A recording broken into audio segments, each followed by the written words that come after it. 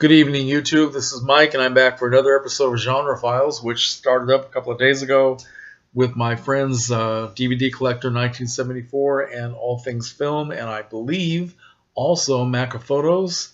So let's see. I was caught up short. I wasn't quite sure this was. I didn't really know. It just all of a sudden it appeared. But no, I'm very happy to jump back in. But I'm a couple of days after everybody else. So let me talk about a film that I watched a few nights ago. It's called Limitless. Blu-ray. Woo! Don't you love Blu-ray? Boy, I do. Okay, so Limitless, it's a film from 2011, directed by Neil Berger, and it is, among other things, an exercise in CGI overload and experimentation that somewhere in the middle has an actual story. And it's a good story. It's an interesting story. Bradley Cooper is a star, and he plays a guy named Eddie Morrow, who at the beginning of the film is living in New York City in a very cramped, filthy apartment. And he is a slacker. He's supposed to be a writer. He actually has a contract to write a book, and he has not written word one. He just can't get started. His girlfriend is breaking up with him at the beginning of the film because she feels he's going nowhere. She's played by Abby Cornish, an actress I've never seen or heard of before, but she's very good. So he's basically just wandering around the city trying to figure out what to do next, and he's very disheveled and just looks like he's homeless, even though he does have a place to live. So he runs into a guy that he used to know fairly well, who happened to be his ex-brother-in-law. Yes, Eddie was once married to a very hot girl, and that didn't last very long either.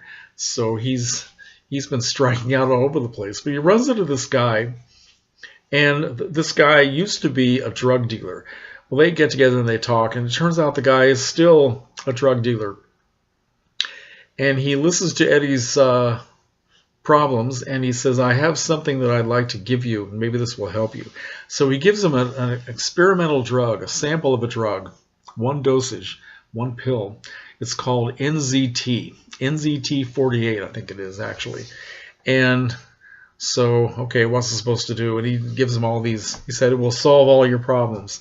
Well, you've heard that before, haven't you? So Eddie goes home and he decides, what the hell, I have nothing to lose. So he takes the drug, and his life does actually completely change. Not only is he more energetic, he just looks at the world differently, and it not only helps him clean up his apartment and write a few chapters of his book basically in one day, but his intellectual capacity starts to expand. He's more outgoing. He's just more focused. Well, of course, after one dosage, the results are gone, so he goes back to get more. I won't give you a lot of details of the story, but of course he becomes dependent on the drug.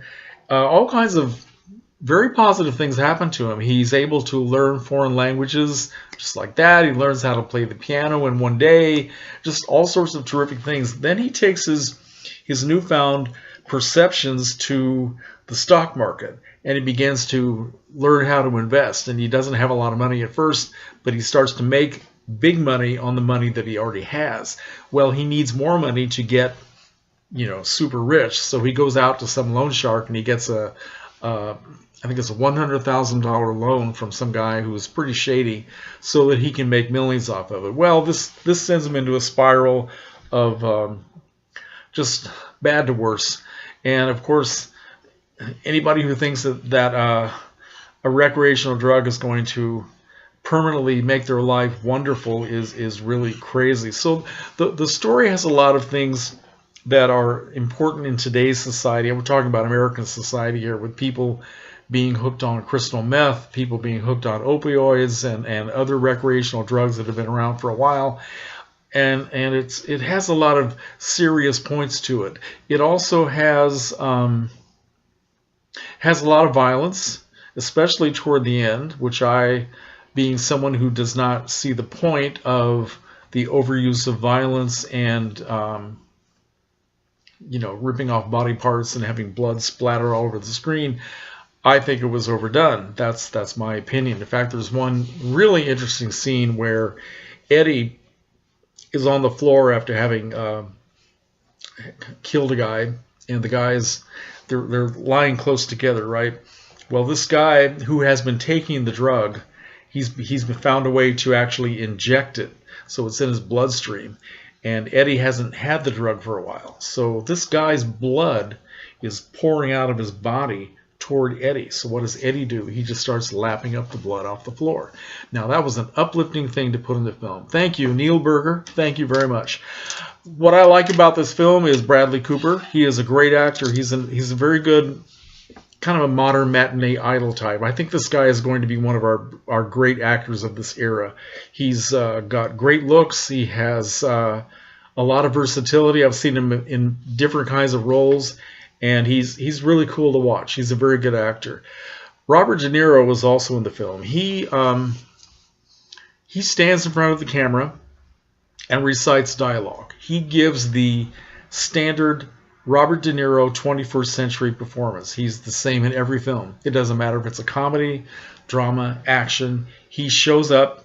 He has the same look on his face, kind of serious and sort of frozen, but he's always just kind of, upset.